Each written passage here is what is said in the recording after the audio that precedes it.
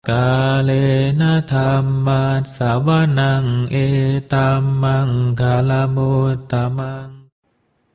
Penuturan syair Dhammapada di video ini ditujukan untuk kita renungkan. Penuturan bahasa Palinya bukan sebagai sarana pembelajaran pengucapan bahasa Pali yang benar. Meskipun demikian, penutur tetap berusaha sesuai kemampuannya untuk mengikuti aturan pengucapan menurut tata bahasa Pali. Namun dengan segala kerendahan hati, penutur memohon maaf atas kesalahan yang terjadi, baik dalam pengucapan maupun dalam pelantunan bahasa Pali dari bait-bait Dhammapada ini. Untuk syair Palinya, penutur memilih membacakan dari hard copy kitab Pustaka Dhammapada Pali Indonesia yang diterbitkan oleh Sangga Theravada Indonesia. Untuk terjemahan bahasa Indonesia dan kisah latar belakangnya, penutur memilih membacakannya dari sumber web samaggipala.or.id di bagian Dhammapada. Semoga syair Pali Dhammapada beserta arti dan kisah latar belakangnya ini dapat kita renungkan sehingga membawa manfaat kebijaksanaan bagi kita semua. Semoga semua makhluk berbahagia. Sadhu, sadhu, sadhu. Terima kasih. Namo tassa bhagavato arahato samma sambuddhassa. Namo tassa bhagavato arahato samma sambuddhassa. Namo tassa bhagavato arahato samma sambuddhassa. Pembacaan bait-bait Dhammapada beserta arti dan kisah latar belakang dibabarkannya bait tersebut oleh Buddha Gautama.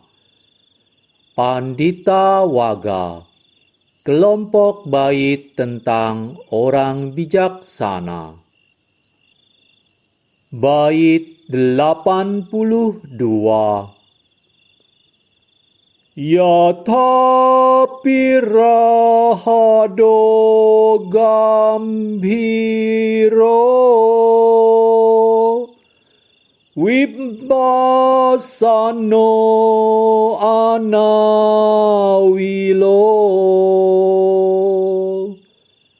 ewang dhammani sutwana vibbasidanti pandita.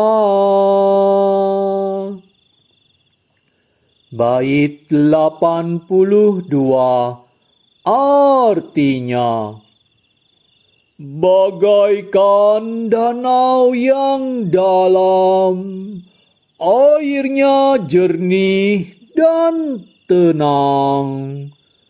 Demikian pula batin para orang bijaksana menjadi tentram karena mendengarkan Dhamma. Kisah latar belakang dibabarkannya bait 82 Pandita Waga oleh Buddha Gautama. Kisah Kanamata. Kanamata adalah umat awam berbakti, murid Sang Buddha. Anaknya yang bernama Kana telah menikah dengan seorang pemuda dari desa lain. Suatu ketika, Kana menjenguk ibunya untuk beberapa waktu. Suaminya mengirim pesan agar ia segera pulang ke rumah. Ibunya berkata kepadanya untuk menunggu beberapa hari, sebab ia ingin membuatkan daging manis atau dendeng untuk suami Kana. Esoknya, Kanamata membuat sejumlah dendeng. Tetapi ketika 4 biku berpindah patah di rumahnya, ia mendanakan sejumlah daging kepada mereka. 4 biku tersebut berkata kepada biku lainnya tentang persembahan dana makanan dari rumah Kanamata.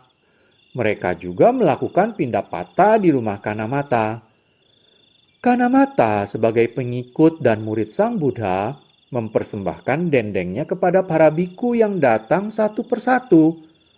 Pada akhirnya tidak ada yang tersisa untuk Kana, dan ia tidak dapat pulang ke rumahnya pada hari itu. Hal yang sama terjadi pada 2 hari berikutnya. Ibunya membuat sejumlah dendeng. Para biku datang berpindah patah di rumahnya. Ia mempersembahkan dendengnya kepada para biku, sehingga tidak ada tersisa untuk dibawa pulang anaknya. Dan anaknya tidak dapat pulang ke rumahnya. Pada hari ketiga, suaminya mengirimkan pesan untuknya. Pesan yang merupakan suatu peringatan keras. Jika ia tidak pulang ke rumah esok hari, maka suaminya akan menikah dengan wanita lain. Tetapi pada esok harinya, Kana tetap tidak dapat pulang ke rumahnya. Sebab ibunya mempersembahkan semua dendengnya untuk para biku. Peringatan keras tadi menjadi kenyataan. Suami Kana menikah dengan wanita lain. Kana menjadi tidak senang terhadap para biku. Ia beranggapan bahwa mereka yang menjadi gara-gara suaminya menikah lagi. Seringkali ia mencaci maki para biku, sehingga para biku akhirnya menjauh dari rumah Kanamata. Mendengar perihal Kana, Sang Buddha pergi ke rumah Kanamata. Di sana Kanamata mempersembahkan sejumlah bubur nasi. Setelah menyantap persembahan itu, Sang Buddha menemui Kana dan bertanya kepadanya, "Apakah para biku menerima apa yang diberikan atau yang tidak diberikan kepada mereka?"